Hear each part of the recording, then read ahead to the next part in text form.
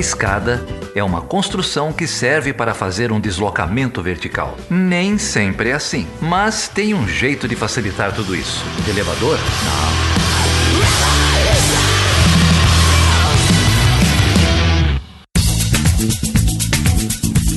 Sejam bem-vindos e sejam bem-vindas a mais uma edição do Chutando a Escada, o seu podcast de política internacional e divulgação científica na área de relações internacionais. Geraldo aqui, e hoje a gente vai conversar com o Juliano Medeiros.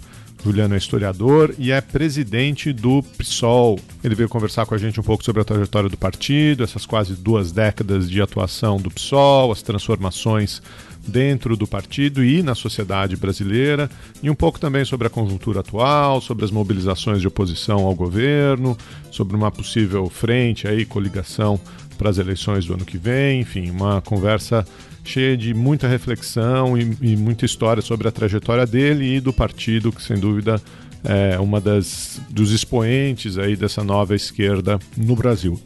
Antes de passar para a conversa, eu queria agradecer enormemente aqui os apoiadores do Chutando a Escada e as pessoas que passaram a apoiar financeiramente o podcast nesse último mês de julho. Agradecer o Iago Ramos Machado, a Manuela Cardoso, a Joana Perrone, o Thiago Silva, o Murilo Fernandes, o Thiago Pereira e o Renan Ricieri. Muito obrigado, vocês estão todos convidados a fazer parte do nosso grupo dos apoiadores no WhatsApp, e o apoio financeiro é muito importante para a gente manter esse projeto de pé, manter esse projeto andando. Se você gosta do Chutando a Escada, se você quer apoiar a continuidade desse projeto, você pode entrar lá em chutandoaescada.com.br/apoio e participar de uma das nossas 3 campanhas de financiamento coletivo no Patreon, no PicPay ou no Catarse. Se você não pode apoiar financeiramente esse projeto, a gente sabe que está difícil para todo mundo, o apoio financeiro vem caindo, a gente tem percebido, mas você também pode ajudar compartilhando esse episódio, compartilhando o Chutando a Escada na sua rede social de preferência, ou entrando lá no Spotify, se inscrevendo para seguir o Chutando a Escada, dando um like no projeto, no Apple Podcast, onde quer aí que você ouça o Chutando a Escada. Se você puder compartilhar esse projeto, também ajuda a gente bastante. É isso aí, então vamos pro papo.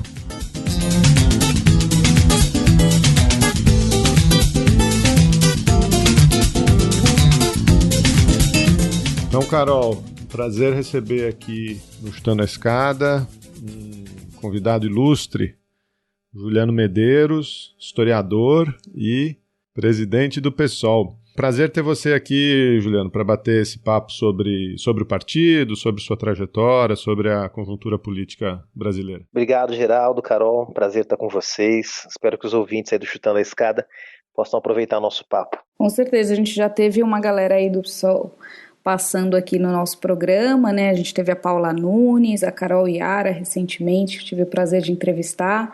Então só tem gente boa nesse partido e vai ser uma honra discutir agora com você a conjuntura e também falar um pouco da sua trajetória, que é uma trajetória de luta aí entre movimentos sociais e agora na política partidária.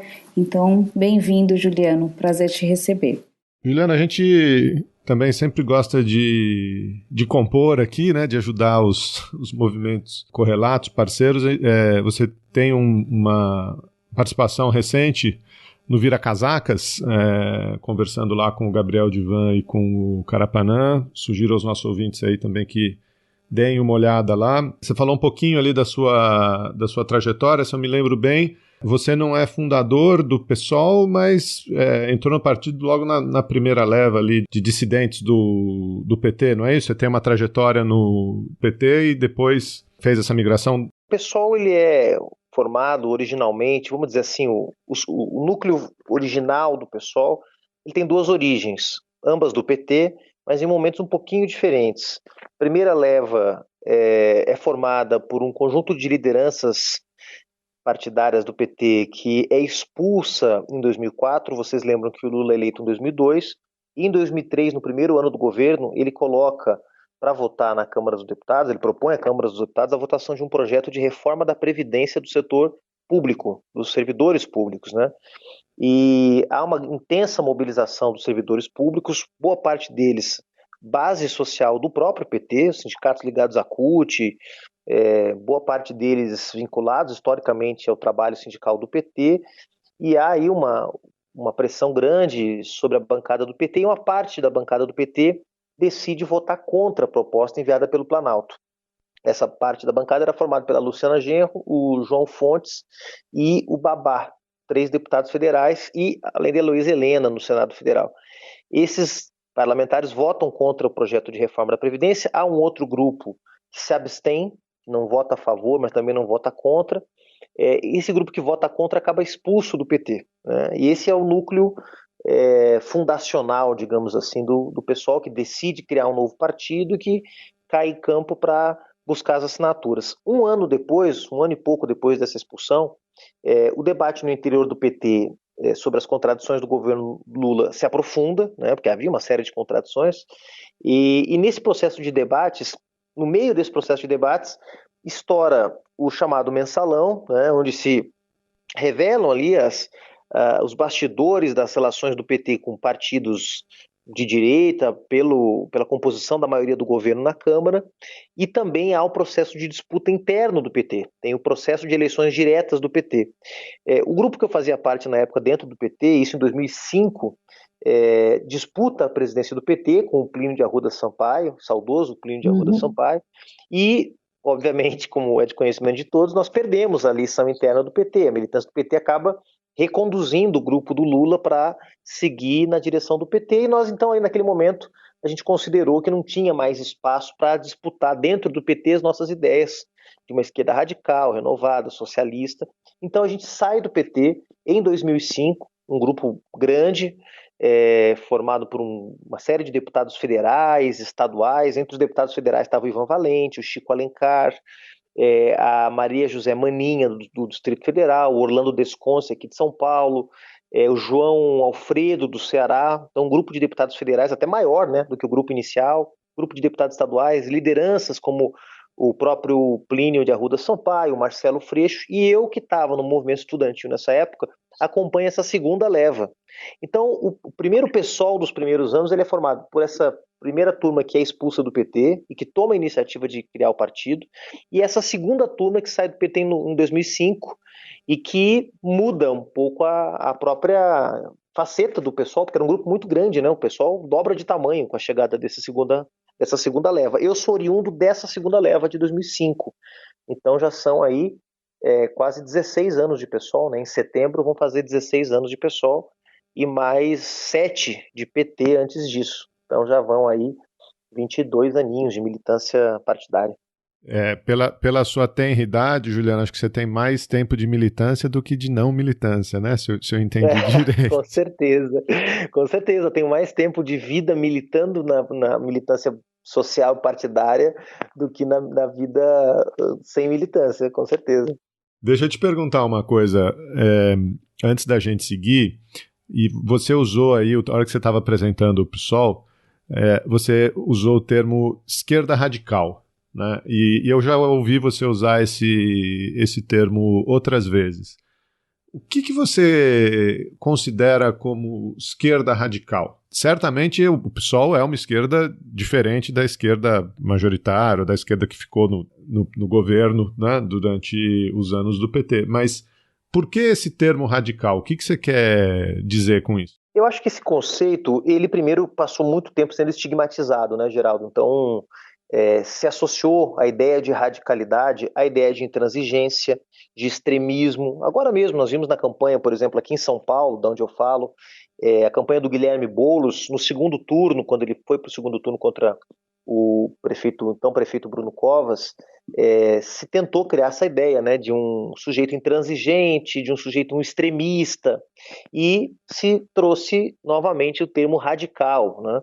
E, claro, esse termo também, quando se pensa, por exemplo, nos movimentos fundamentalistas islâmicos ou de outras orientações religiosas, se falam radicais islâmicos, radicais isso, aquilo, aquilo outro. Então, esse termo ficou com uma carga muito negativa, mas essa carga ela foi sendo transformada, pelo menos no campo da ciência política, na última década, pelo surgimento de movimentos de esquerda, especialmente na Europa, mas não só na Europa, que reivindicavam um outro significado, um outro sentido para o conceito de radicalidade, né? Que tem a ver com a própria origem, a etimologia da palavra, que remete à ideia de ir à raiz dos problemas, né? Radical, de ir, portanto, a origem dos problemas, a raiz dos problemas, né? E não só na sua epiderme ou na sua expressão fenomênica, para usar um conceito aí das ciências, né?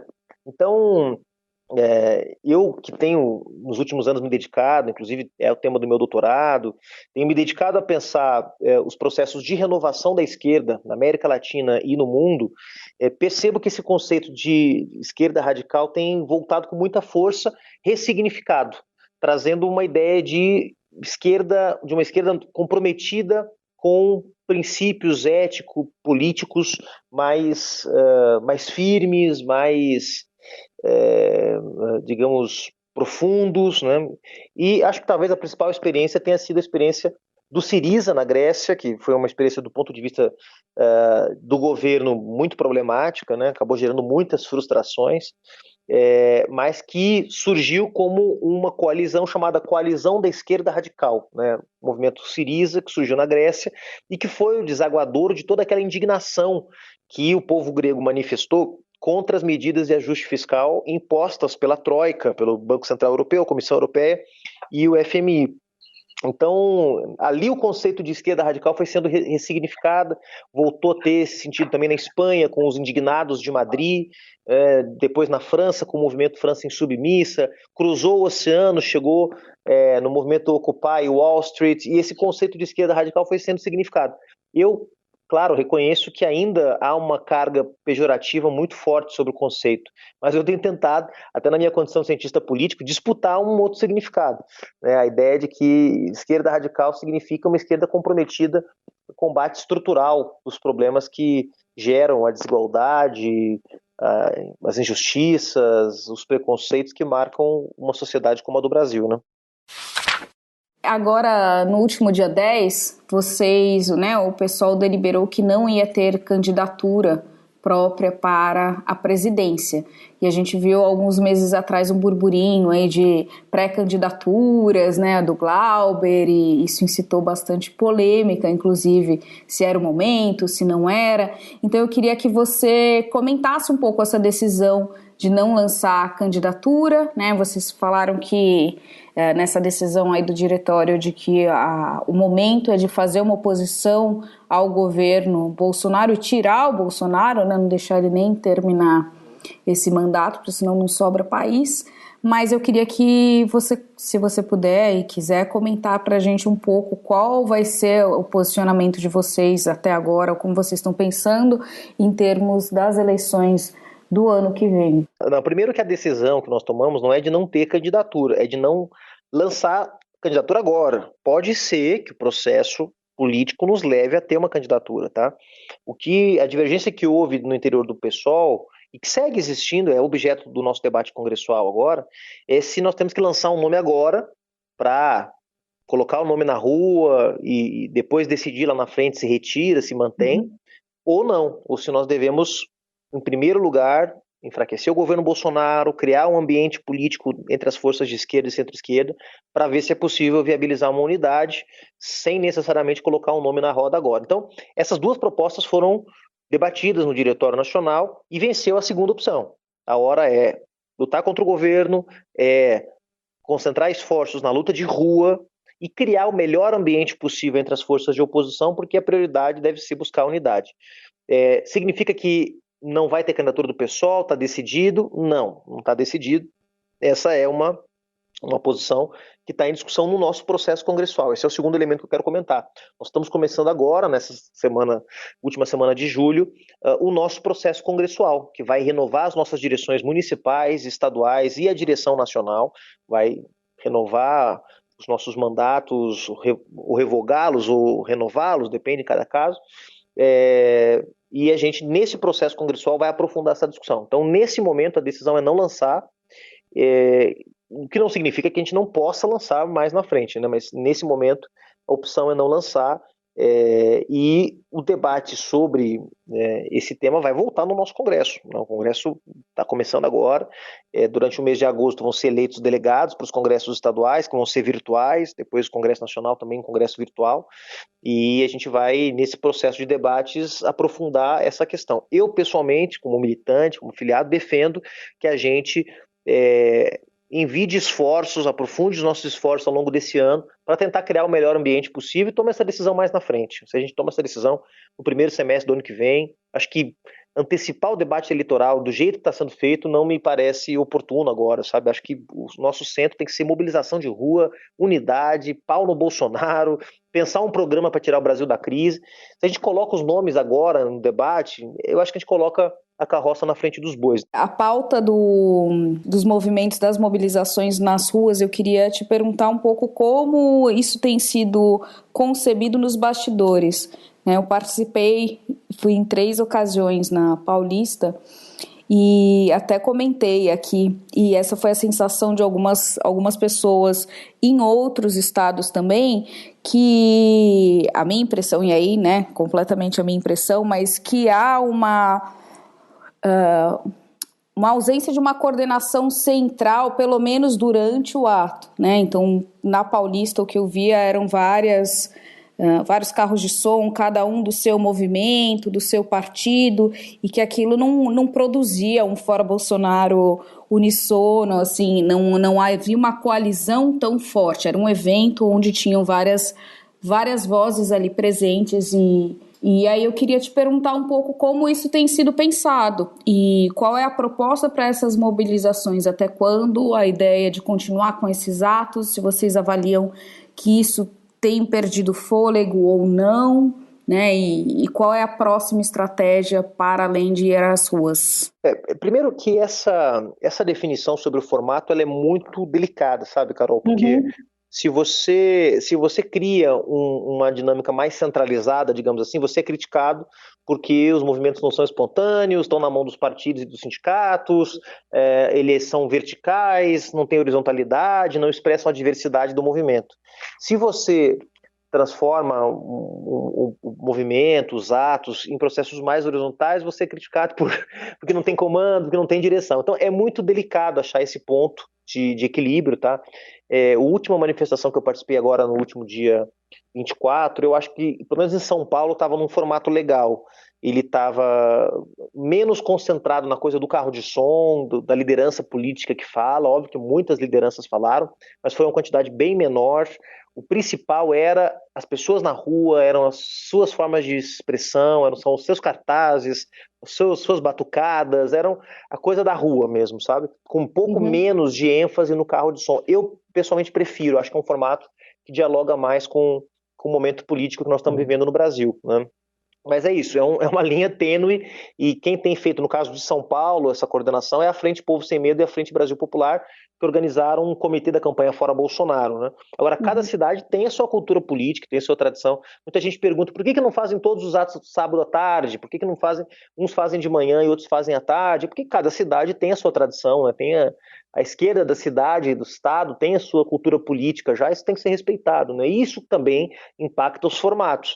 Por exemplo, o formato que a gente está acostumado aqui em São Paulo não é o que eu estava acostumado, por exemplo, lá em Porto Alegre, né? Ou em Brasília, onde eu morei vários anos. Então, cada lugar eu acho que tem essas características, né? E sobre o futuro, bom, eu sei que vai ter uma reunião essa semana de avaliação do movimento, né? Há uma preocupação que eu acho que é muito razoável, que é de não permitir que o movimento se esvazia. O movimento ele tem que estar sempre numa crescente, né? Imagina, você faz um ato com 80 mil, daqui a pouco faz com 50, daqui a pouco com 20, daqui a pouco com 5, você foi derrotado. Significa que o seu movimento foi derrotado. Então, preciso ter muito, muito cuidado. Eu acho que fazer 4 mobilizações, como nós fizemos ao longo de 2 meses, uma média de uma mobilização a cada 15 dias, é muita coisa. Realmente a gente arriscou bastante e eu acho que foi bem sucedido. Os atos foram importantes, foram grandes. A direita parou de ir para a rua, só vai de motocicleta agora porque tem medo de ir para a rua e ser muito menor do que a gente. Então foi muito importante ter retomado as ruas. Mas acho que nesse momento a gente está se aproximando de um momento em que é bom avaliar com um pouco mais de calma para não correr o risco de ter um movimento esvaziado né, já que com todas as denúncias, com tudo que está aparecendo na CPI, no Congresso Nacional, na imprensa, não há sinais de que no curto prazo essa aliança entre o Bolsonaro e o Centrão, que aliás se fortaleceu com a indicação do Ciro Nogueira para a Casa Civil, de que essa aliança vá fazer água nos próximos dias. Então, claro, vai começando a gerar uma sensação de que, poxa, eu estou indo para a rua e o impeachment não anda, eu estou indo para a rua e não acontece nada. Então, para não frustrar também, você tem que saber exatamente a hora de convocar. Essa é a minha opinião. Os movimentos sociais é que estão fazendo essa discussão. Nós, dos partidos, estamos na retaguarda. A gente vai andar junto com os movimentos sociais da forma que eles acharem mais conveniente. O Chutando a Escada conta com apoio financeiro dos seus ouvintes. Para saber mais, acesse chutandoaescada.com.br/apoio.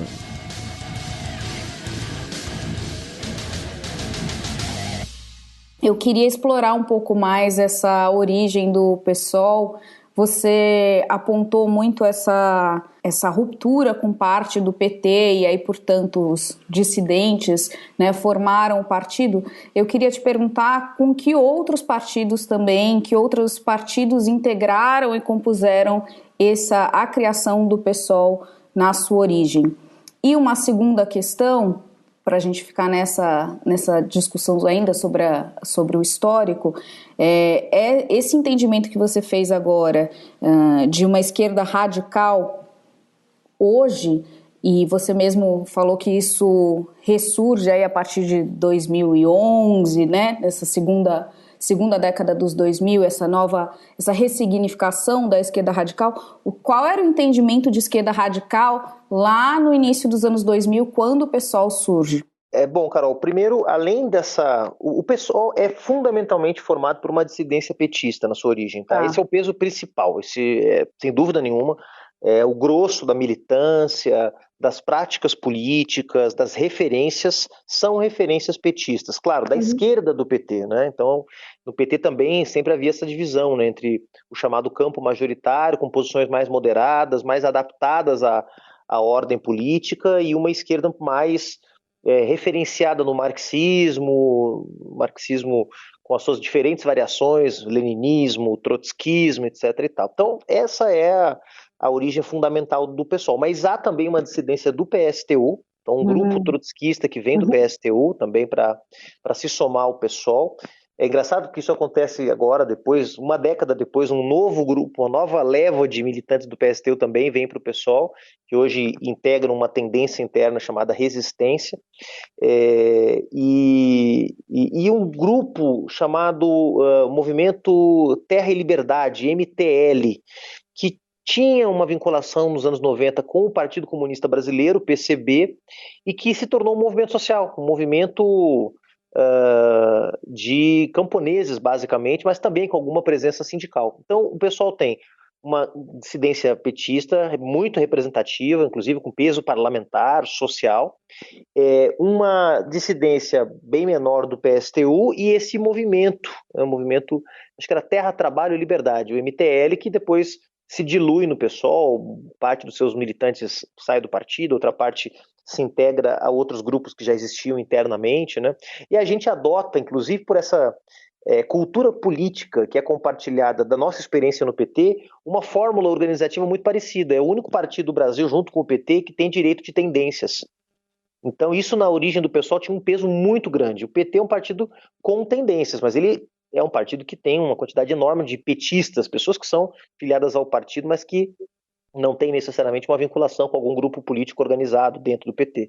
No PSOL, nós não éramos um partido com tendências, mas nós éramos um partido de tendências, basicamente, as tendências que determinavam a dinâmica, o funcionamento do PSOL. Claro que hoje, à medida que o partido vai crescendo, esse peso das tendências vai diminuindo, felizmente, vai começando a existir um pessoalismo, né, que é uma corrente política na sociedade que expressa o desejo de uma esquerda renovada, né?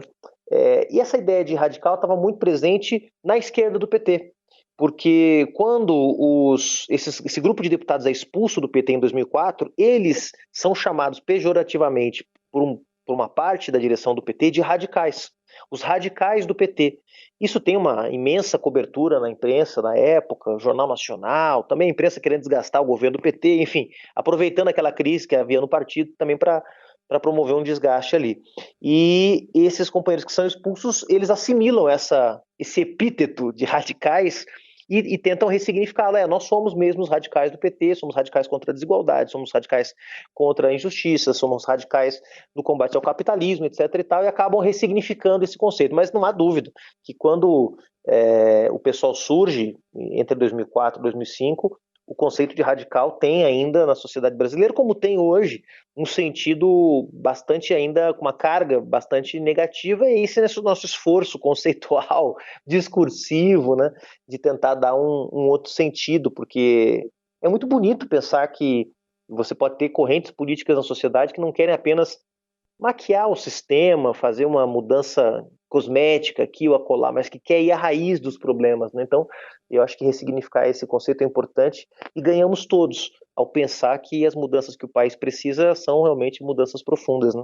Juliano, você está descrevendo a origem do PSOL, e o PSOL hoje me parece que evoluiu muito, né? Falou 2005, né? 2004, 2005, nesse período todo. Mas para uma característica diferente, né? Talvez o que o eleitor comum, ou que o cidadão comum ouça do PSOL hoje é um partido muito vinculado, na minha impressão de maneira correta, a pautas identitárias, né? Não apenas, mas muito ligado a pautas identitárias, pautas de gênero, pautas de raça. Como que se deu, da sua visão de militante, de integrante, hoje de presidente, como se deu essa trajetória, essa conversa, essa abertura, né, dentro do próprio partido? Bom, Geraldo, primeiro que os partidos são produto das condições históricas em que eles estão colocados, né? Então, por exemplo, quando o Partido Comunista surge nos anos 20, ele é uma grande inovação política, porque ele é o primeiro partido com um sentido marcadamente classista, né? Nós somos o partido da classe operária. Quando, por exemplo, o movimento trabalhista surge nos anos 30, ele também busca representar a crescente classe operária que estava nascendo nos centros urbanos do país e tentando dar um projeto para essa classe operária, né? Um projeto que não era o comunismo, mas que apresentava uma alternativa inspirada no trabalhismo britânico, por dentro do capitalismo, etc., né? Um projeto, podemos dizer, reformista, né? E quando o PT surge, ele é também uma grande inovação política, porque ele nasce reafirmando o compromisso com o socialismo, mas nasce crítico às experiências do socialismo que existiam. Portanto, ele é um lugar confortável para quem queria criticar o capitalismo, criticar o sistema político, criticar as desigualdades, mas que não queria se associar automaticamente a processos políticos e sociais que se desenvolveram em outros países e que tinham suas contradições, como toda revolução tem contradições, todo processo de construção de uma nova ordem política e social vai trazer contradições, dificuldades, erros, acertos, assim caminha a humanidade, eu diria aquele compositor. O PSOL, ele surge, na sua origem, portanto, muito como quase um partido de resistência. Ele é um partido que surge para resistir àquela onda que estava avassaladora na esquerda brasileira, dizer o seguinte: nós vamos fazer as transformações do Brasil por dentro do sistema político, por dentro do governo, ou seja, é o governo que fará as mudanças e não o povo organizado, através dos movimentos, através da pressão política, através das reformas estruturais. Nós vamos governar o Brasil e vamos melhorando o Brasil pelo governo. Nós dizemos o seguinte: olha, a gente acha que os governos são importantes, mas não do jeito que vocês estão fazendo. Então a gente passa quase uma década resistindo e dizendo não é por aí, não é por aí, não é por aí. Quando acaba essa experiência, quando essa experiência é interrompida pelo golpe parlamentar contra a Dilma em 2016, e todos nós vamos para a oposição, o PT, o PSOL, o PCdoB, o PDT, todos os partidos que faziam parte do governo vão ser oposição ao Temer, parece que a esquerda olha para o pessoal de outro jeito. Eu digo não a esquerda partidária, a esquerda social, as pessoas que são de esquerda, que são progressistas e tal, olham para o pessoal e dizem: opa, como é que eu não tinha reparado nesse partido antes? Olha que interessante, um partido que defende aquelas coisas que o PT defendia na origem, né? Um partido que é ético, um partido que tem muitos jovens, um partido que está conectado com processos de resistência em outros países, que são os processos mais avançados, mais modernos, mais contemporâneos, uma esquerda renovada, arejada. Olha que interessante. E o pessoal começa a crescer. Na eleição de 2016, a gente elege um monte de gente nas capitais, começa a ter uma interação crescente com diferentes movimentos. E acho que esses movimentos, que eu, Geraldo, não gosto de chamar de identitários, porque resume, a gente meio que diminui, embora claro que o tema da afirmação das identidades é muito importante, mas diminui lutas que são estruturais apenas ao tema da afirmação das identidades. Nem as minhas companheiras marxistas do PSOL vão aprovar esse tipo de conceito, nem os meus companheiros marxistas negros que militam comigo no PSOL, porque eles compreendem a luta contra essas opressões como lutas estruturais, porque o capitalismo brasileiro está estruturado de modo a reproduzir o machismo, de modo a reproduzir a LGBTQIA mais fobia, de modo a reproduzir o racismo. Então, o que a gente tentou compreender que essas lutas não são, portanto, lutas pela afirmação da identidade negra ou da afirmação da identidade das mulheres que ficam numa gavetinha que você puxa de vez em quando para dar uma cor no teu projeto, para dar um brilho diferente no teu projeto. Não, que essas lutas tinham que ser realmente incorporadas como estruturais. E como a gente não estava no governo, amarrado pelas vamos dizer, pelas razões de Estado que limitam muitas vezes os projetos políticos da esquerda no Brasil, eu acho que muita gente, veja, não foi uma decisão do PSOL, tá? Foi uma decisão desses movimentos que nos escolheram como seu espaço de organização política. Então, um monte de militantes feministas entraram no PSOL nos últimos anos e disseram, porque este partido é um partido que tem potencial para nos representar. Um monte de militantes do movimento negro entrou no PSOL e disse, é por esse partido que eu vou concorrer, porque ele tem condições de compreender a luta contra o racismo como uma luta estrutural. Hoje todo mundo fala de racismo estrutural. Hoje está na boca do William Bonner no Jornal Nacional. Mas 5, 6 anos atrás, a gente era estigmatizado porque não falava só de emprego e só de infraestrutura e só de Petrobras. A gente também falava de feminismo, falava de antirracismo. E por isso muitas vezes era chamada de esquerda cirandeira, de esquerda identitária, de forma pejorativa, né? Então eu acho que não foi uma decisão nossa, foi uma decisão desses movimentos que viram no PSOL um partido que podia acolher as suas agendas políticas, né? Então acabou rolando uma espécie de casamento, né? E veja como é interessante isso, Geraldo, o próprio eleitor faz as suas opções. Hoje nós temos uma bancada na Câmara dos Deputados, do PSOL, que é majoritariamente composta de mulheres, é a única bancada que tem mais mulheres do que homens, era meio a meio, né? 5 mulheres, 5 homens, aí com a saída do Marcelo Freixo, são 5 mulheres e 4 homens. Não foi a direção do partido que decidiu que ia eleger uma bancada paritária, foi o eleitor do PSOL que decidiu isso, escolhendo mulheres, escolhendo negras, escolhendo LGBTs, uma bancada com vários LGBTs. Então eu acho que de alguma forma esse processo aconteceu menos por decisão nossa e mais porque o pessoal estava no lugar certo, na hora certa, para poder acolher essas lutas que ganharam tanta força nos últimos anos. Você começou dizendo que os partidos são fruto da sociedade, do momento histórico, né? E terminou falando da eleição, da opção, né? dos membros e dos eleitores. Mas tem partidos e tem facções e tem grupos que resistem, né, Juliano? Às vezes eu acho que você está até dando pouco crédito ao PSOL ou às lideranças que estavam originalmente ali, porque a gente tem lideranças em muitos outros partidos que não têm essa abertura para acolher essa mudança na sociedade, esses novos ares, essas novas pautas, né? Com certeza, com certeza. Eu vou te falar mais, eu acho que ainda, majoritariamente, nos partidos ainda há uma dificuldade. Talvez com exceção do PSOL, mais um ou outro, mas ainda há partidos com muita dificuldade. E lideranças políticas importantes com dificuldade de compreender a centralidade que essas lutas têm. Mas acho que está todo mundo também compreendendo aos poucos o impacto que essas mudanças estão trazendo para a nossa sociedade, sabe? Então, claro, o pessoal estava aberto também, né? Sem dúvida nenhuma. Por exemplo, quando a gente decide que vai ser o primeiro partido no Brasil a ter políticas de financiamento para usar o fundo eleitoral para financiar candidaturas de mulheres recebendo mais dinheiro que homens, negros recebendo mais dinheiro que brancos, LGBTs recebendo mais dinheiro que pessoas não LGBTs. Quando a gente decide isso, nós não estamos decidindo apenas porque há uma pressão do movimento feminista dentro do PSOL ou do movimento negro. Eles também pressionam, e é bom que pressionem, né? Mas não é só por isso, é também por uma compreensão de que esse é o nosso lugar também é o nosso lugar promover aquilo que o nome do PSOL diz na sua origem, quer dizer, a luta pelo socialismo, que é a luta por emprego, que é a luta por soberania nacional, que é a luta por democracia, com a liberdade, que é os direitos humanos, que são os direitos das mulheres, que são os direitos dos negros e negras, LGBTs, indígenas, ou seja, direito de viver, direito de desfrutar da vida, não só no plano econômico, mas também no plano cultural, naquelas dimensões que alguns cientistas políticos chamam de dimensão imaterial da vida, né? Questões que não são propriamente o dinheiro no bolso ou na conta bancária no final do mês, mas é o direito de desfrutar da cultura, do lazer, de desfrutar seus cultos religiosos em paz, né?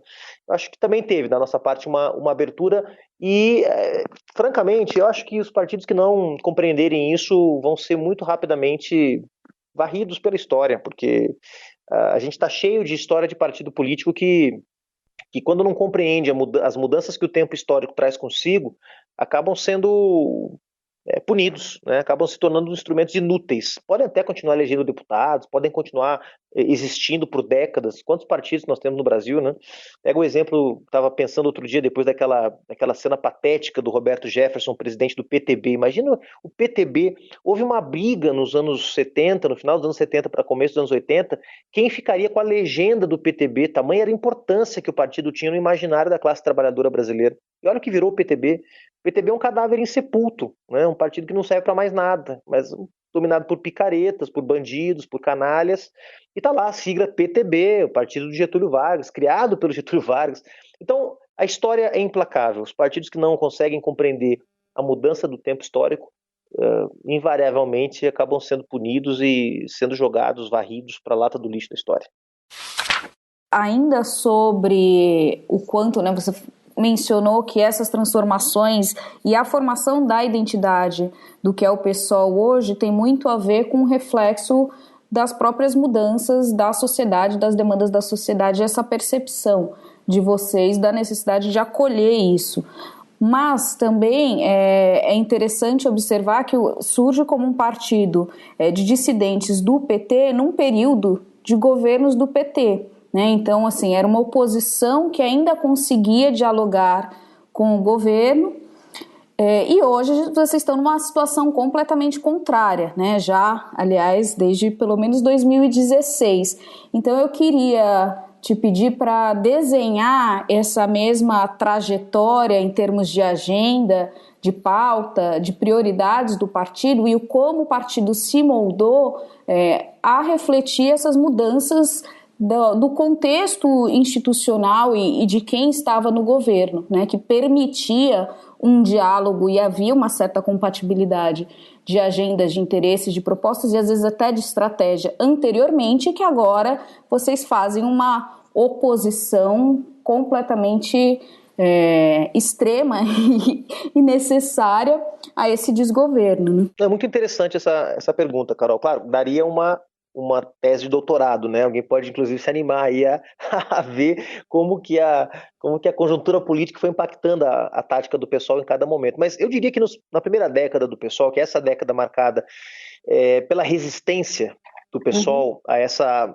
avassaladora tendência reformista que se instalou na sociedade brasileira, na esquerda brasileira, melhor dizendo, eu diria que o centro da nossa divergência com o projeto dos partidos de esquerda e centro-esquerda que estavam no governo tinha a ver exatamente, primeiro, com o tema das alianças políticas, né? Nós considerávamos que para fazer avançar uma agenda de mudanças estruturais no país, a tática correta não era fazer alianças com os partidos conservadores, porque esses partidos sempre interditariam uma agenda de mudanças mais profundas, permitiriam uma agenda de reformas mais frágeis, ou como diria o André Singer, grande intelectual, sociólogo petista, um reformismo fraco.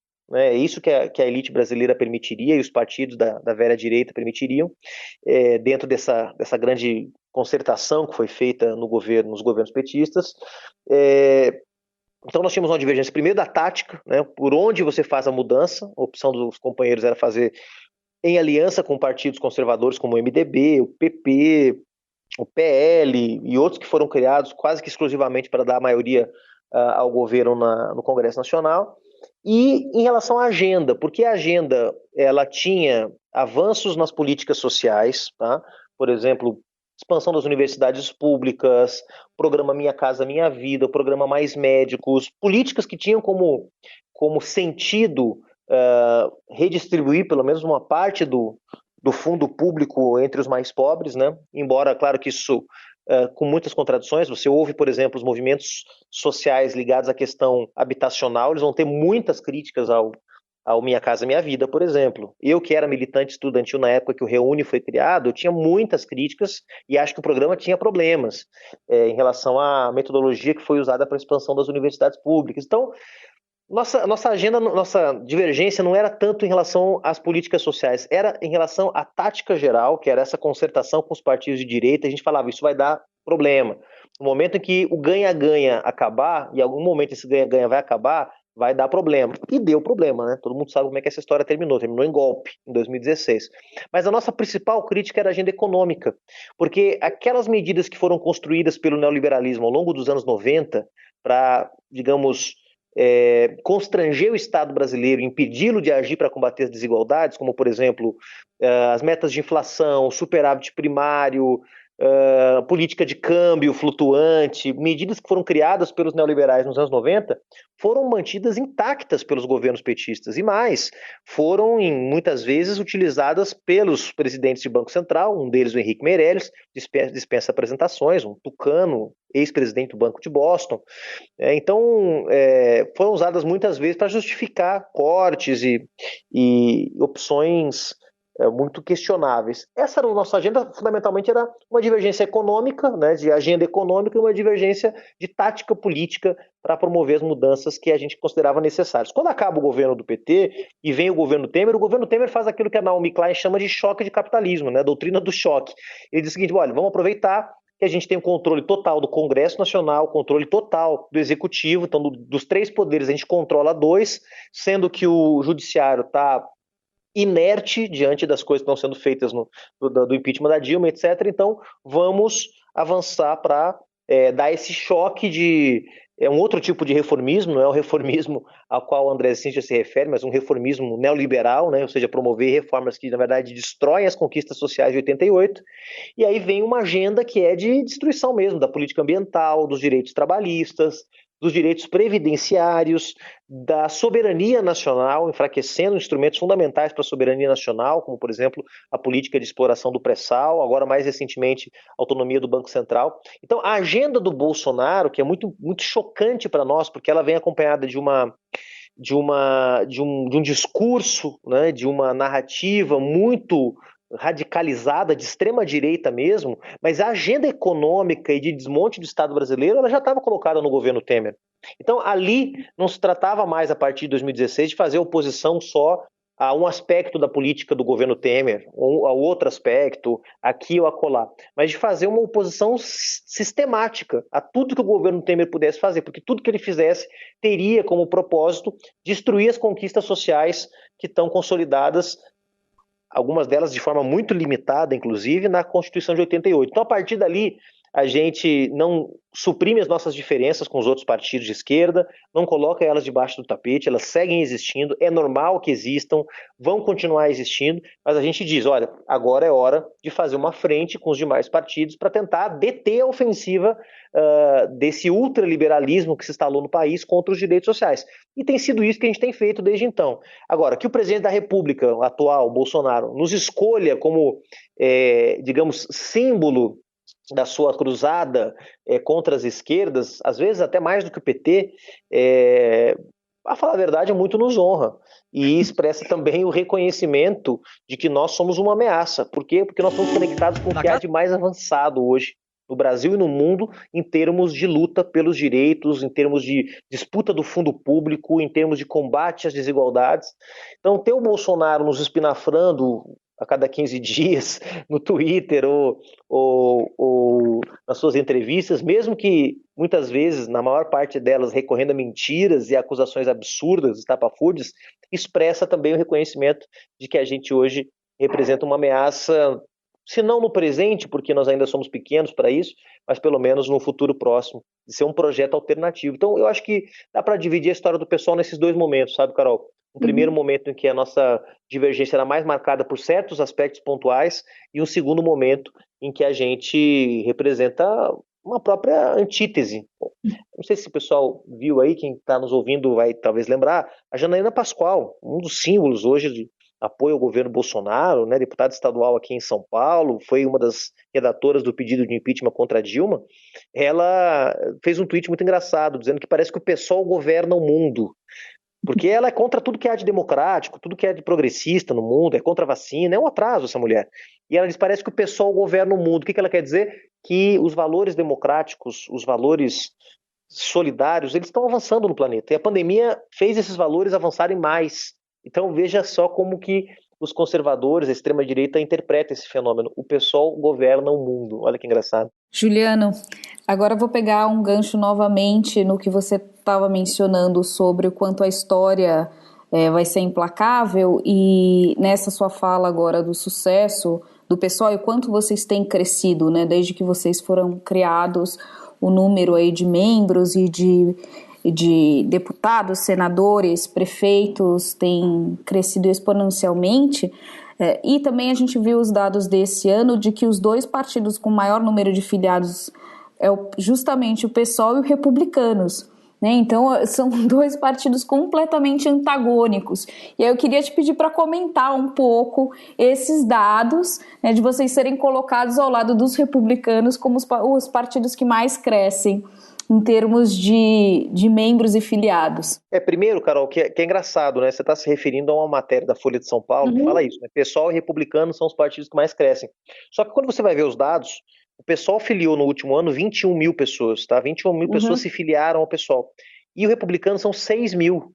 Então é uma discrepância absurda. A impressão que eu tenho é que a Folha colocou Republicanos no título porque era muito chato fazer uma matéria só dizendo que o PSOL tinha sido o partido que mais cresceu. Seria uma matéria meio propagandística para o pessoal, assim, bom, vamos colocar outro partido, vamos colocar o segundo maior partido, que foi Republicanos. A diferença é muito grande, é muito grande. E vamos lembrar que o Republicanos é o partido da Igreja Universal do Reino de Deus, é controlado pelos bispos da Universal.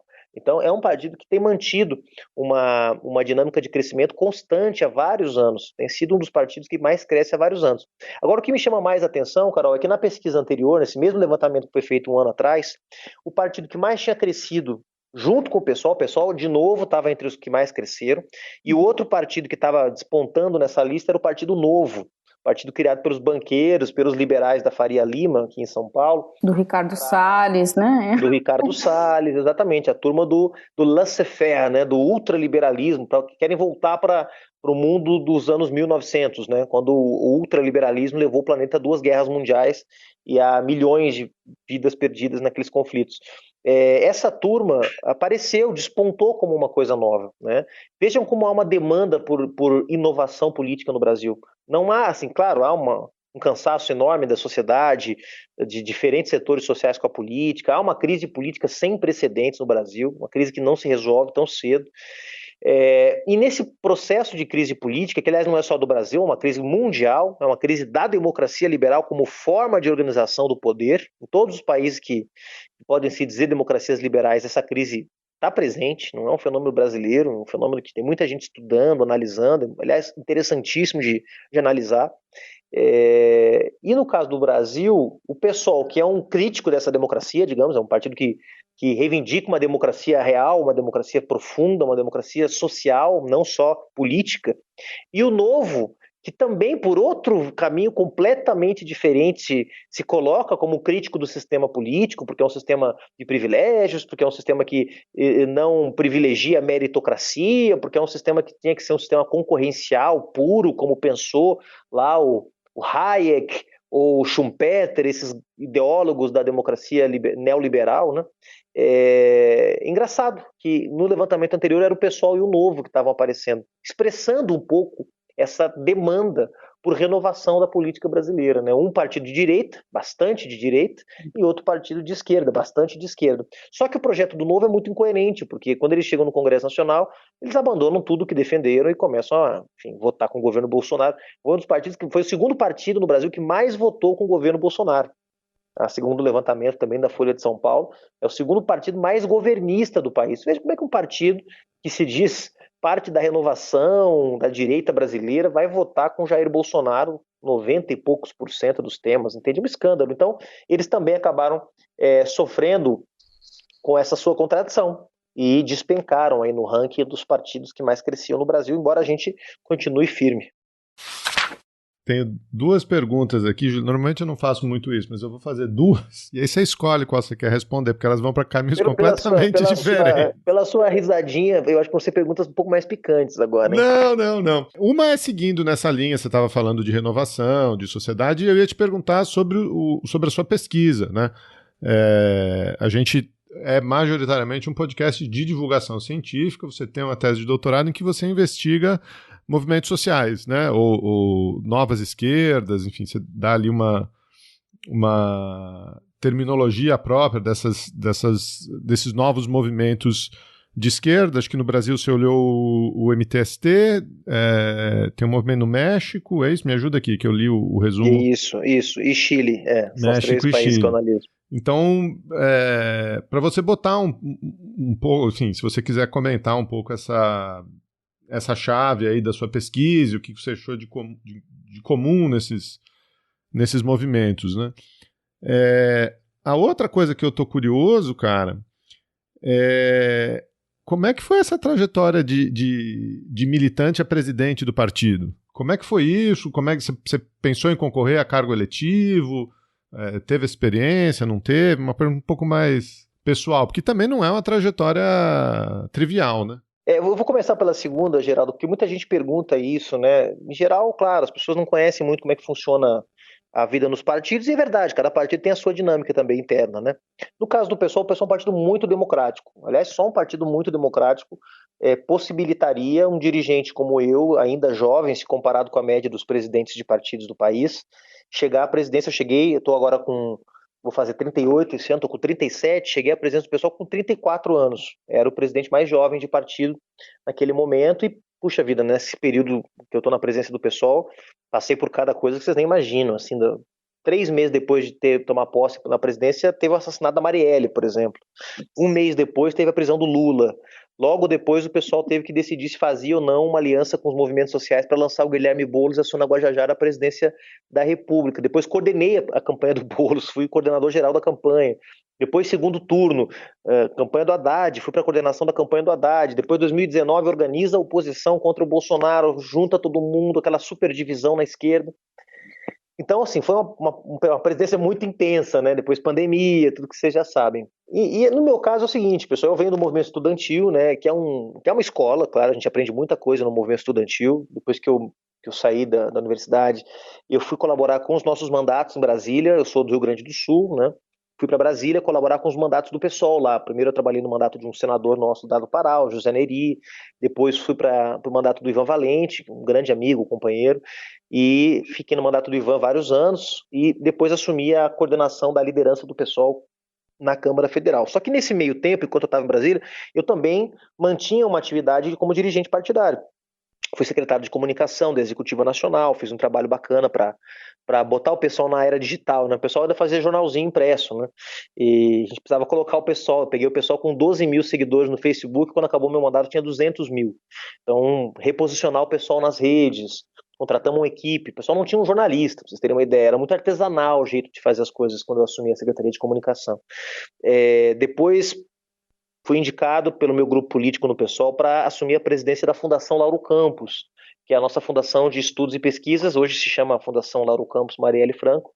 E a gente também teve um trabalho super interessante. A gente trouxe a fundação do Rio de Janeiro para São Paulo, alugou um espaço, uma casa, uma sede, fez um auditório, um estúdio, uma biblioteca, publicou vários livros, retomou a revista do partido que estava desativada há vários anos. Então, acho que ter assumido essas tarefas e colocado coisas para andar, né, numa dinâmica de trabalho que por muitos anos foi muito artesanal, muito feita muito de forma precária, até eu diria algumas vezes, até por conta das restrições materiais mesmo. O pessoal era um partido pequeno, tinha pouco fundo partidário, depois o partido foi crescendo, também isso me ajudou, né, a mostrar trabalho. Mas acho que é isso. Teve também um momento, acho que mais, isso, claro, aspectos que eu estou destacando que são aspectos mais internos, da dinâmica interna do pessoal. Se você é um bom dirigente político, você acaba sendo cotado para tarefas mais importantes, né? Mas acho que teve um aspecto também que é um aspecto político, que é um momento em que o pessoal estava em condições de ser mais ousado, de ter um jovem na presidência, né? Isso talvez não fosse possível antes. Hoje seria uma coisa absolutamente natural. Hoje a nossa bancada na Câmara Federal, por exemplo, a maior parte delas são meus contemporâneos. Tem gente mais jovem do que eu na bancada. Tem deputado de 20 e poucos anos na bancada federal, né? Eu já sou até um veterano perto deles. Mas a nossa geração, entre 30 e 40 anos, hoje é a geração que tem assumido muitas responsabilidades no pessoal. Guilherme Boulos com 39 anos, eu com 38, a nossa líder Thalíria com 36, né, boa parte da bancada com essa faixa etária. Claro que nós temos uma Luiz Erundina, um Ivan Valente, um Chico Alencar, né, que são lideranças extraordinárias, que nos inspiram, né, que nos ajudam a errar menos, né? Sem eles a gente erraria muito mais, faria muito mais besteira, não há dúvida. Mas é uma geração que está chegando, que estava lá na origem do PSOL, que quando o PSOL surgiu éramos todos jovenzinhos de 20 e poucos anos no movimento estudantil, e que foi chegando, foi assumindo responsabilidades, porque o partido era pequeno, então não tinha tantos dirigentes assim para assumir as tarefas de direção. A gente foi assumindo, foi colocando a cara. A maior parte da executiva nacional é formada por pessoas dessa faixa etária. Então, realmente, é um partido que é jovem, não só nas ideias, que as ideias nem são tão jovens às vezes são ideias muito antigas que a gente defende, mas ele é um partido que traz também essa renovação de ideias, vamos dizer assim, renovação de práticas, renovação de discursos, de narrativas e também de rostos, né? Eu acho que eu sou parte também desse processo de renovação. E aí, para poder fazer o gancho aí, Geraldo, com a outra questão, daí o meu interesse de estudar a nova esquerda, né? Eu estava digamos, aficionado, quando eu entrei no doutorado da ciência política lá na Universidade de Brasília, era entender como é que se dá esse processo de renovação política e, principalmente, o que faz com que certos movimentos sociais se disponham a participar do jogo político partidário, né? O que faz com que um movimento social que expresse esse processo de renovação das esquerdas opte por criar um partido político, o outro opta por entrar num partido que já existe, o outro opta por ficar distante do jogo político eleitoral. Então, por quê? Porque esse é um processo que está em curso na última década muito fortemente na Europa, nos Estados Unidos e também na América Latina. Então eu fui estudar a América Latina para fugir um pouco dessa tendência eurocêntrica que a esquerda brasileira às vezes tem, e eu também tenho, obviamente, porque todos nós que viemos da tradição marxista temos uma tendência a olhar primeiro para a Europa do que para a América Latina, e é um esforço para todos nós mudar essa tradição. E aí fui estudar os movimentos sociais da América Latina, mas não quaisquer movimentos, eu queria estudar os movimentos ou que surgiram, ou que ganharam protagonismo, ou que ganharam força dentro dessa narrativa da esquerda radical, de uma esquerda renovada, de uma esquerda crítica à esquerda que está no poder, à esquerda que concilia, à esquerda que governa compondo com a direita, aquela coisa toda. E aí fui escolher, claro, como toda pesquisa tem as arbitrariedades do pesquisador, né? Escolhi lá, através de certos critérios, 3 movimentos sociais, no Chile, no Brasil e no México, e fui fazer uma pesquisa para interpretar por que esses movimentos, em certas circunstâncias, se dispõem a participar do jogo político partidário, e os resultados vocês verão em breve, porque vai sair um livro, então eu não vou dar spoiler, vai sair um livro em breve, aí pela editora Autonomia Literária, com os achados dessa pesquisa, tentando interpretar quais são os fatores que ajudam ou atrapalham a que lutadores do movimento social participem ou não do jogo político partidário e, consequentemente, acabem ajudando o processo de renovação das esquerdas nos seus países também, né? Bom, eu tinha olhado sua tese aqui, ainda bem que a gente consultou o seu Lattes antes dessa semana, porque senão seria impossível. Eu ia te perguntar da institucionalização dos movimentos sociais, mas como você falou que vai sair essa publicação, então a gente vai deixar o convite para você voltar aqui quando tiver o livro em mãos e a gente poder conversar um pouco mais sobre isso. Livro em mãos, nada. Eu vou deixar o PDF da tese no site do Chutando a Escada. Aqui a gente é pela livre circulação do conhecimento. O livro, claro, o livro não é só a tese publicada também, porque senão fica muito fácil para quem está publicando, né? Então ele vai ser baseado livremente, inspirado livremente na tese. Mas ele vai estar bem mais agradável, espero eu, para ler do que a tese, né? Bom, Juliano, queria te agradecer. O papo foi ótimo, e é o que a Carol falou no começo, a gente sempre recebe gente do pessoal aqui, recebemos a Camila Maia durante a campanha de 2018 para falar de política externa, e estamos sempre abertos a diálogos que não sejam curtos e superficiais, como a gente costuma ver na mídia tradicional, né? Então, obrigado e estamos aqui, as portas estão abertas. Valeu, Geraldo, obrigado você, obrigado a Carol também, ao Felipe que ficou nos bastidores aí também acompanhando. Eu adorei. Vou pedir para as pessoas me seguirem nas redes sociais aí.